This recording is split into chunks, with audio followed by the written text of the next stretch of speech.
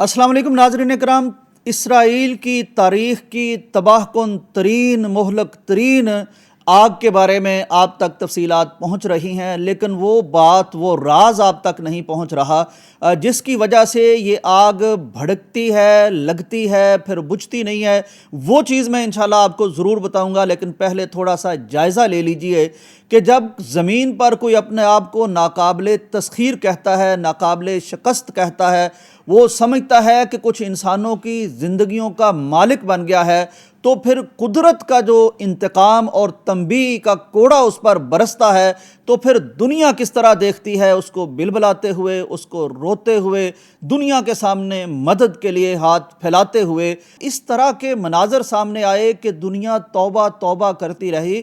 वो कहती है कि हमने जंगलात में आग भी देखी है, बड़ी से बड़ी आग भी देखी है, लेकिन इस तरह की आग नहीं देखी, इस तरह के मनाजर नहीं देखे जो बिल्कुल अजीबो गरीब हैं। यानी दुनिया की आग लगने की हिस्ट्री में ऐसे ऐसे मनाजर देखे कि तने अंदर से खाली हैं, उनमें से आग निकल रही है और यूं महसूस होता है कि ये कोई मुनफरद किस्म की आग है।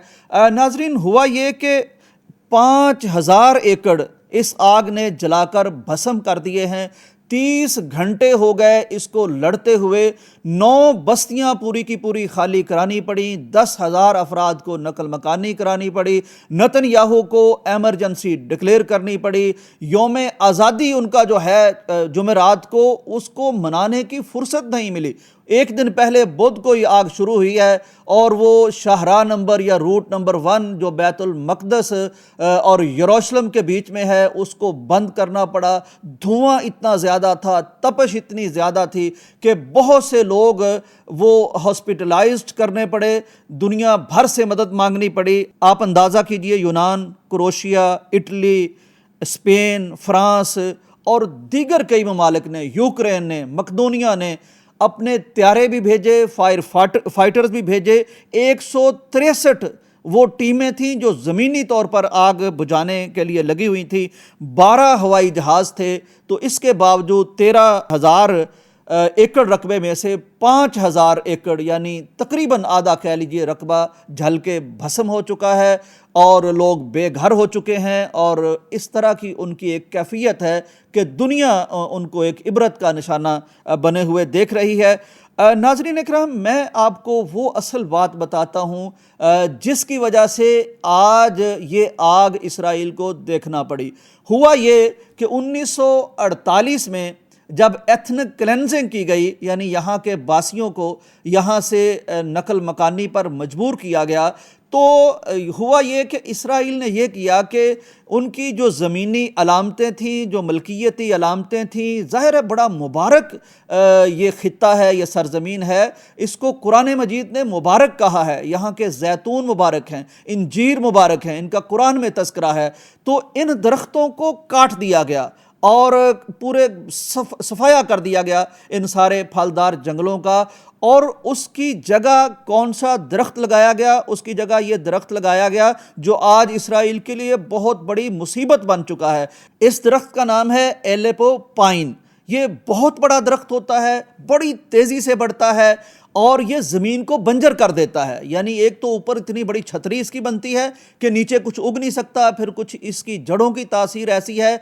तो ये बुनियादी तौर पर लगाया गया था दरख्त, किस लिए? ताकि यहाँ के असल बाशिंदों को यहाँ से निकाला जाए, उनकी ज़री और ज़रखेज़ ज़मीनों को बंजर किया जाए, उनकी जैतून और अंजीर की अलामतों को बदला जाए। और जब ये किया गया तो इनकी एक तंजीम है Jewish national fund. Jewish national fund के ज़रिए से पूरी दुनिया से इन्होंने फ़ंड इकट्ठा किया कि हमने ये दरख्त लगाना है, ये जंगलात लगाने हैं। चुनांचे फ़ंड इकट्ठा किया गया, दूसरे दरख्त काटे गए, फिर ये दरख्त लगाया गया और इसको बेशुमार जगह पर उगाया गया। अब इस दरख्त की मुसीबत यह है कि एक तो इस तेज़ी से बढ़ता है कि आप इसकी पैदावार रोक नहीं सकते, और दूसरा इस दरख्त की खासियत यह है, इसमें कोई केमिकल ऐसा होता है कि इसको पेट्रोल का गैलन दरख्त कहा जाता है। यानी यूं समझें कि ये दरख्त नहीं है, ये बिल्कुल एक तेल का, एक फ्यूल का ड्रम पड़ा है, गैलन पड़ा है। इसको उसी तरह जैसे तेल को दिया सलाई जलाई जाए तो जिस तरह आग भड़कती है, उसी तरह इस दरख्त کو آگ پسند کرتی ہے، یہ آگ کو پسند کرتا ہے، چنانچہ یہی وجہ ہے کہ وہ درخت جو کسی کی زمین کو بنجر کرنے کے لیے، جو کسی کے آباء و اجداد کی نشانیاں مٹانے کے لیے اپنے پیسے اکٹھے کر کے، فنڈ اکٹھے کر کے لگایا گیا تھا، آج وہی سب سے بڑی مصیبت بن گیا ہے۔ نہ اس کو ختم کیا جا رہا ہے، اس کو آگ لگتی ہے تو نہ بجھایا جا سکتا ہے۔ 2010 میں بھی ایک بہت بڑی آگ کا سامنا کرنا پڑ چکا ہے، اور بھی چھوٹی موٹی آگ لگتی رہتی ہے۔ تو آج وہ جو شعر ہے نا کہ میں اگر سوختہ ساما ہوں تو یہ روز سیاہ خود دکھایا ہے میرے گھر کے چراغاں نے مجھے، تو اپنے فنڈ سے، اپنے پیسے سے، اپنی محنت سے جو درخت لگایا گیا تھا، آج وہی زندگی کو اجیرن کرنے کا باعث بن گیا ہے، وہی سانس بند کر دینے کا باعث اللہ نے بنا دیا ہے۔ تو یہ ہے وہ صورتحال۔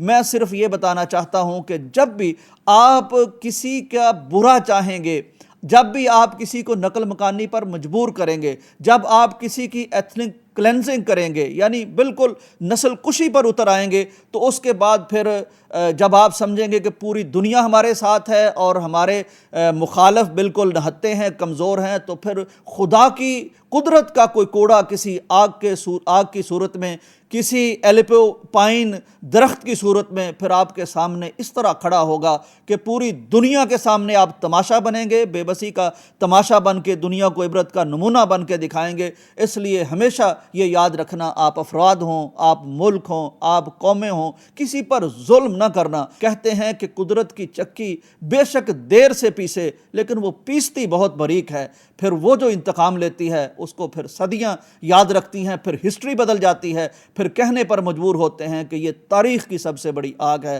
اور پھر کہنے پر مجبور ہوتے ہیں کہ ساری ٹیکنالوجی اس کے آگے فیل ہے، سارے جہاز اس کے آگے فیل ہیں، اور پھر ہاتھ باندھ کے یوں کھڑے ہونا پڑتا ہے کہ یاد بھی نہیں رہتا کہ ہمارا کوئی یوم آزادی تھا، اور پھر کہنا پڑتا ہے کہ کوئی پارکوں میں نہ نکلے، کوئی درختوں کی طرف نہ جائے، کیونکہ آگ ہمارا پیچھا کر رہی ہے اور ہم آگ سے مجبور ہیں۔